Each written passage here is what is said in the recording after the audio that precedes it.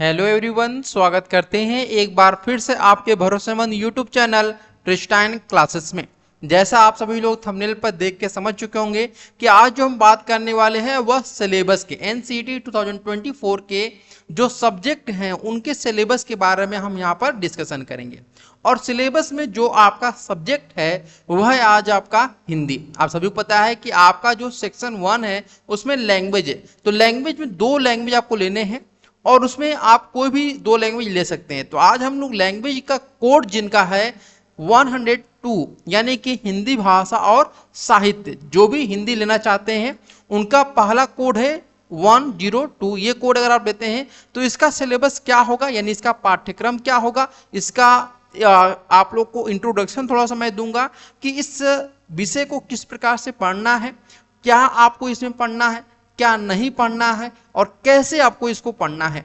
क्योंकि आप लोग के पास जो है वह कुल गिन करके 50 दिनों का जो समय है वह बचा हुआ है। तो इन 50 दिनों में ये जो हिंदी भाषा और साहित्य का सिलेबस है इसे हम पूरी तरह से कैसे कंप्लीट करेंगे। ठीक है, तो शुरू करते हैं। उससे पहले आपको यहाँ पे बता दें आप लोगों को कि जो आप ये पेपर देने जाएंगे तो उसमें आप लोगों को टोटल जो है वह 23 क्वेश्चन रहेंगे, यानी कि 23 प्रश्न पूछे जाएंगे, जिसमें से 20 प्रश्नों को आपको अटेम्प्ट करना है, यानी कि 20 प्रश्नों का आंसर आपको देना है। और एक प्रश्न सही करने पे आपको 4 नंबर मिलेंगे और एक प्रश्न गलत करने पे आपको 1 नंबर कट कर लिया जाएगा। अर्थात कहने का मतलब है कि अगर आप जो कोड है 102 जो आपका है हिंदी विषय, और हिंदी विषय में अगर हम बात करते हैं कि टोटल कितने नंबर का आपका यह होगा, तो आपको पता है कि 20 क्वेश्चन रहेंगे और 4 नंबर एक क्वेश्चन रहेगा, तो आप लोग का 80 मार्क्स का यह जो है वह क्वेश्चन पूछा जाएगा। ठीक है ना, यानी 80 नंबर में अगर मैं आपको बोलूं कि अगर आप तैयारी करते हैं पूरी मन लगाकर पूरे समर्पण के साथ, तो मैं गारंटी देता हूं कि 80 में से आप लोगों का जो नंबर है वह 72 कहीं नहीं गया है। 72 मार्क्स में आप लोग को गारंटी देता हूं कि अगर जितनी भी आप लोग को क्लासेस कराए जाएंगे वो पूरी तरह से करते हैं तो 70 मार्क्स आप लोग बिल्कुल ही सिक्योर करेंगे। ये मेरी गारंटी आप लोग की है। ठीक है, चलिए, ये तो आपको पता चलेगा कि आप लोग को जो आपका विषय हिंदी है उसमें कितने मार्क्स का पेपर रहेगा और कितने नंबर आप लोग के प्लस रहेंगे, कितने माइनस रहेंगे। अब जैसे आप सभी को पता है कि जैसा कि एक सिक्के के 2 पहलू होते हैं। ठीक है, हेड एंड टेल होता है, सभी को पता है क्या होता है, आपका हेड एंड टेल होता है। ठीक है, यानी कि 2 आपके एक सिक्का है उसके 2 पहलू हैं। उसी प्रकार से जो आपका ये सिलेबस है, ये एनटीए ने पहले आपको जो सिलेबस दिया है उसका एक पहलू मैं आपको दिखा देना चाहता हूं, यानी कि जो ऑफिशियल सिलेबस आया हुआ है एनटीए की तरफ से हिंदी का, वो एक पहलू है। दूसरा पहलू जो है वो आप लोग को नजर नहीं आ रहा है, उस दूसरे पहलू को मैं आपको दिखाने की कोशिश करूंगा। क्या इसका दूसरा पहलू क्या है, यानी दूसरे पहलू का मतलब है कि क्या डिटेल में सिलेबस है, किस टॉपिक से आप लोगों से प्रश्न पूछे जाएंगे। तो पहले मैं आप लोग को यह दिखाऊंगा कि ऑफिशियल जो आपका सिलेबस है, यानी एनटीए ने जो आपका सिलेबस जारी किया है उसे पहले आप समझ लीजिए कि एनटीए ने क्या सिलेबस दिया हुआ है। ठीक है, देखिए क्या दिया हुआ है, कह रहा है कि question from the language section may be from the following topics but are not limited। यहां पर ये जो आप सेंटेंस देख रहे हैं यही सब कुछ कह दे रहा है आप लोग का, but are not limited to। यानी अगर मैं यहां पर आप लोग को, जैसे इस समय देख रहे हैं कि आईपीएल चल रहा है ना आईपीएल। अब आईपीएल में एक आपका फील्ड है, अब इस फील्ड में कई सारे जो है वह आपके जो है वह विकेट्स रहते हैं जिस पर आपके मैच होते हैं, और एक फील्ड में 3 आपके विकेट्स होते हैं। ठीक है, तो यहां पर हो सकता है कि आप लोग को जो मैच खेलना हुआ किसी इस पिच पे खेलना हो जाए, इस पिच पे खेलना हो जाए। तो उसी प्रकार से आप लोग का जो सिलेबस एनटीए ने दिया हुआ है वह एक मैदान रूपी दिया हुआ है कि इतने में से ही आप लोगों से पूछा जाएगा, लेकिन कहां से पूछा जाएगा ये पूरी तरह से उसने अपना जो सिक्का है यानी पत्ता है वह नहीं खोला है। समझ में बातें आप लोग क्या आ रही है, यानी ये जो सिलेबस है वह एक सिक्के का पहलू है। दूसरा सिक्के का पहलू क्या है वो मैं आप लोग को आगे बताने वाला हूं। तो सबसे पहले यहां पे क्या है, इस सेंटेंस को ध्यान में रखिएगा कि ये जो सिलेबस दिया गया एनटीए की तरफ से वह उसका कोई लिमिट नहीं है, वो कहीं से भी आप लोगों से पूछ सकता है। ठीक है, अब देखिए यहाँ पर पहला जो यहाँ पर कुल मिलाकर के आप लोग के 6 टॉपिक हैं, कितने 6 टॉपिक यहाँ पर दिया हुआ है, जिसमें पहला जो टॉपिक है उसने कहा है कि रीडिंग कॉम्प्रिहेंशन यानी कि अपठित गद्यांश यहाँ पर आप लोगों से पूछे जाएंगे। और ये अपठित गद्यांश जो है वह 3 तरह के रहेंगे। कितने तरह के? 3 तरह के। और कितने मैक्सिमम वर्ड रहेंगे? 150 से लेकर के 300 वर्ड के रहेंगे। पहला फैक्चुअल बेस्ड रहेगा, दूसरा नैरेटिव बेस्ड रहेगा और तीसरा आपका लिटरेरी बेस्ड होगा। ठीक है, ध्यान रखिएगा। फैक्चुअल बेस का मतलब होता है कि जो फैक्ट पे आधारित प्रश्न रहे थे। किस पर? फैक्ट पे आधारित। आप सभी को फैक्ट का मतलब होता है डेटा। डेटा यानी कि जो इंफॉर्मेशन होती है, इन्फो यानी कि इंफॉर्मेशन पे आधारित जो प्रश्न रहेंगे वह आपके अपठित गद्यांश की तरफ पूछे जाएंगे। उसके अलावा नरेटिव, नरेटिव का मतलब होता है कि जब कोई किसी कहानी को कोई दूसरा व्यक्ति तीसरे व्यक्ति को सुनाता है। जैसे आप, अगर मैं बात करता हूं कि आप लोग बचपन में रहे होंगे तो आपके दादा दादी क्या करते हैं, कोई किसी कहानी को सुनाते होंगे, तो उस कहानी किसी ने आपकी दादा दादी को सुनाया, आपके दादा दादी ने आपको सुनाया, तो वो नरेटिव होता है। तो इसी प्रकार के नरेटिव जो आपकी अपठित गद्यांश है वो पूछे जाएंगे। साथ में साहित्य, साहित्य का मतलब होता है इस साहित्य में आपके दोनों आ जाते हैं, गद्यांश और पद्यांश, ये दोनों ही आएंगे। ठीक है, ये बात क्लियर करिए।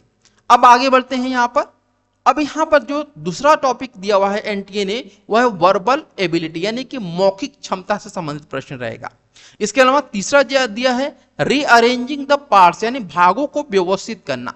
चौथा है चूजिंग द करेक्ट वर्ड यानी सही शब्दों का चयन करना। साथ में सिनोनिम्स एंड एंटोनिम्स, पर्यायवाची और विलोम और शब्दावली से संबंधित प्रश्न रहेंगे। ये आप लोग का जो सिलेबस है ऑफिशियल सिलेबस है, लेकिन क्या इस सिलेबस को आप सही तरीके से समझ पा रहे हैं? क्या आप इसको अंडरस्टैंड कर पा रहे हैं कि ये सिलेबस जो है वह, इस सिलेबस को समझकर आप लोग अपना तैयारी करेंगे? मेरी नजर में आप एक 12th पास बच्चे हैं या फिर 12th में अभी आप एग्जामिनेशन दिए हुए हैं और इस अभी आपका जो दिमाग है वो इतना नहीं खुला हुआ है, इतना नहीं ओपन हुआ है, इतना ग्रोथ नहीं किया हुआ है कि इन सब वर्ड के अकॉर्डिंग आप लोग अपनी तैयारी करिए। ठीक है, तो ये कुछ जो आपका सिलेबस दिया गया ऑफिशियल, ये जटिल भाषा में दिया गया है। हम जटिल शब्द का इसलिए प्रयोग कर रहे हैं क्योंकि इस प्रकार के शब्दों का प्रयोग करना अभी जो है एनटीए को उचित नहीं था, लेकिन एनटीए ने किया हुआ है। ये शब्द उसने सीयूटी के जब एग्जामिनेशन होता है तब भी वह इन्हीं सिलेबस को देता है। ठीक है, तो मैं इन जटिल शब्दों को आपको सरल शब्द के रूप में समझाने की कोशिश करूंगा कि आपका सिलेबस क्या है, आपको क्या क्या पढ़ना है। क्लियर बात है आप लोग को? यानी अब आपकी जो वीडियो की सही यहां पर वीडियो की शुरुआत होती है, वह वीडियो की शुरुआत अभी से यहां पर होती है। ठीक है, वीडियो की शुरुआत अब यहां से जाकर के होती है। ठीक है, तो वीडियो की शुरुआत करने से पहले आप लोग को बता दें कि जो भी स्टूडेंट एनसीईटी 2024 की तैयारी कर रहे हैं और कॉमन सब्जेक्ट की तैयारी कर रहे हैं, कॉमन सब्जेक्ट के लिए हमारे यहाँ पे कोर्स चलाया जा रहा है। कॉमन सब्जेक्ट में आप लोग को लैंग्वेज का प्रिपरेशन कराया जाएगा, जनरल टेस्ट का और टीचिंग एप्टीट्यूड का प्रिपरेशन कराया जाएगा। ठीक है, तो लैंग्वेज में आप चाहे तो 2 इंग्लिश ले सकते हैं, चाहे तो 2 हिंदी ले सकते हैं। ठीक, और यह कोर्स केवल 999 में आपको मिल रहा है, जिसमें लाइव क्लासेस और रिकॉर्डेड क्लासेस मिलेंगे, स्टडी मटेरियल मिलेगा, पीवाईक्यू एनालिसिस मिलेगा और टेस्ट सीरीज मिलेगा। इसके बारे में ज्यादा जानकारी के लिए आप हमें कॉल या व्हाट्सएप कर सकते हैं 7309733765। ठीक है, चलिए अब हम बात करते हैं अपने सिलेबस के बारे में।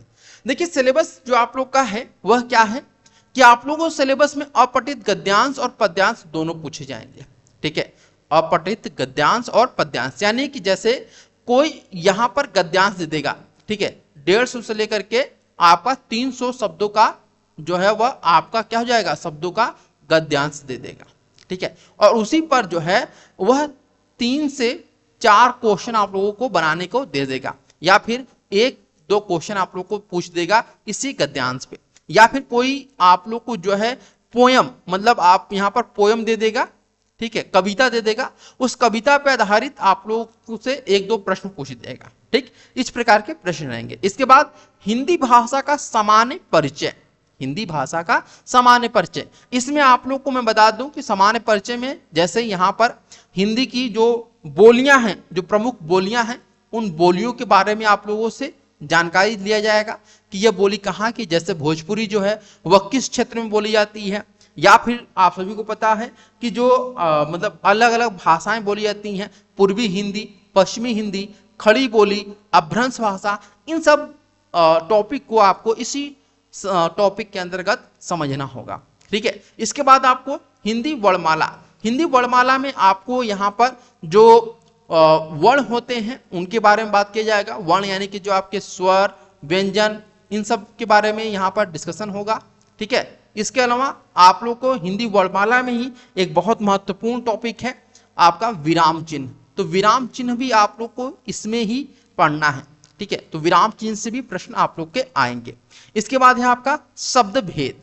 ये जो शब्द भेद टॉपिक है, इसमें इसके अंतर्गत ये कह सकते हैं कि एक महासागर है।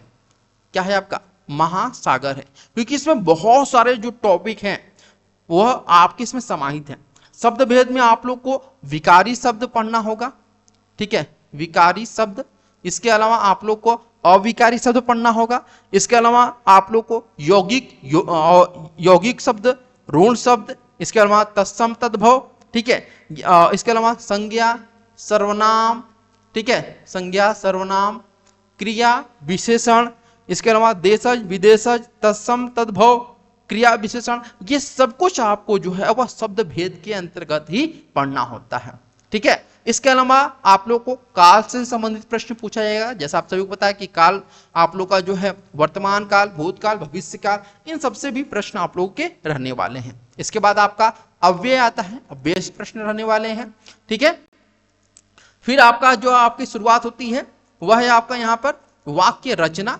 ठीक है, वाक्य रचना से प्रश्न बनेंगे। वाक्य रचना के बाद अगर मैं बात करता हूं वाक्य रचना में क्या क्या आप लोगों से प्रश्न बनेंगे, तो वाक्य रचना में आप लोगों से वाक्य से संबंधित प्रश्न रहेंगे। साथ ही साथ आपका यहाँ पर उपवाक्य, ठीक है, उपवाक्य, इससे भी प्रश्न रहेंगे। और यहाँ पर आपका पद बंध से भी संबंधित प्रश्न पूछे जाएंगे, क्योंकि इन्हीं वाक्य रचना में इन तीन टॉपिक को यहाँ पर समाहित किया गया है। ठीक है, इसके बाद अगर बात करता हूं कि अनेक शब्दों या वाक्यांशों के लिए एक शब्द, यहां से प्रश्न रहेंगे। मुहावरे और लोकोक्तियां से प्रश्न रहेंगे। समाज से संबंधित आप लोग के जो प्रश्न है वह रहने वाले हैं। ठीक है, इसके अलावा अशुद्धियां, अशुद्धियां में यहाँ पे दोनों तरह की अशुद्धियां आपको देखना है। शब्द से संबंधित अशुद्धि और वाक्य से संबंधित अशुद्धि, ये दोनों ही अशुद्धियां आपको देखनी है। इसके अलावा विलोम शब्द और पर्यायवाची, यहां से प्रश्न आप लोगों के रहेंगे। इसके अलावा यहां पर जैसे मैंने बताया आप लोगों को विलोम शब्द और पर्यायवाची के बाद यहां पर आपका है संधि, समास, अलंकार, रस, छंद, ये यहां से भी प्रश्न आप लोगों के रहेंगे। ठीक है, इसके बाद अगर मैं बात करता हूं आप लोगों का जो है जो साहित्य वाला पोर्शन है, आप सभी को पता होगा, जैसे आप लोगों को दो पार्ट में यहाँ पर है बात किया गया है आप लोगों को सिलेबस में, हिंदी भाषा और साहित्य। तो हिंदी भाषा का तो मैंने बता दिया। अब साहित्य की बात करते हैं, तो साहित्य में, साहित्य अपने आप में जैसे मैंने बताया कि एक महासागर है, इसमें आप लोगों को बहुत सारी चीजें देखने को मिलेंगी।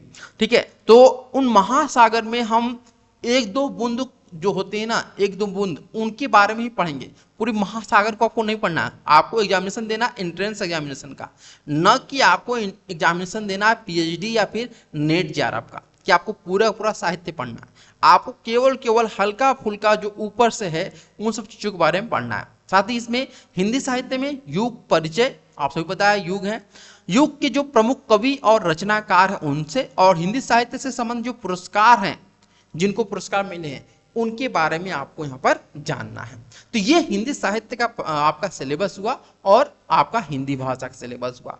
उम्मीद है आप सभी को जो सिलेबस मैंने बताया है, अगर इस सिलेबस के अकॉर्डिंग अपनी प्रिपरेशन करते हैं तो गारंटी मानिए आप लोग का जो मैंने बोला आप लोगों को कि हाँ आप लोग के जो नंबर आ जाएंगे, ठीक है, नंबर आ जाएंगे कितने में से कितने आप लोगों के, वह आपका यहाँ पर 80 में से 75 मार्क्स आ जाएंगे। तो आपका 75 मार्क्स, सॉरी 72 मार्क्स बिल्कुल कंफर्म रखिए।